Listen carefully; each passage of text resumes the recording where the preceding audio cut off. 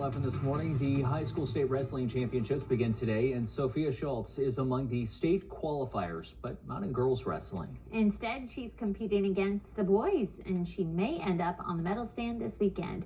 10-11 sports director Kevin Suits has more.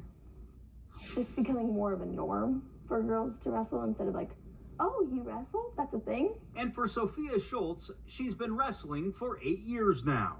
I love being competitive. I've always been competitive, especially coming from a big family. Schultz is a sophomore at Raymond Central, and she is one of the few females to qualify for the state championships.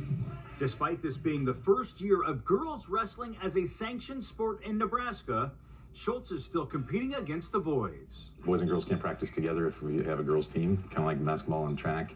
They can only practice with their own team. In order to participate in girls wrestling, the school must have a girls program according to NSAA policy.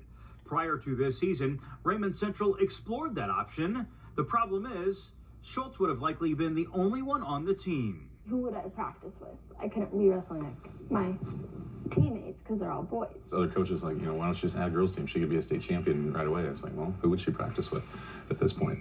It's best for her right now to be part of our team. Battling with the boys is just fine with Schultz. This season, she's won 37 matches and is in the Class C state rankings at 106 pounds. These 3 little girls, they come up to me, they're like, my grandma says girls can't wrestle. And she's like, my mom won't let me wrestle. I'm like, well, just go wrestle.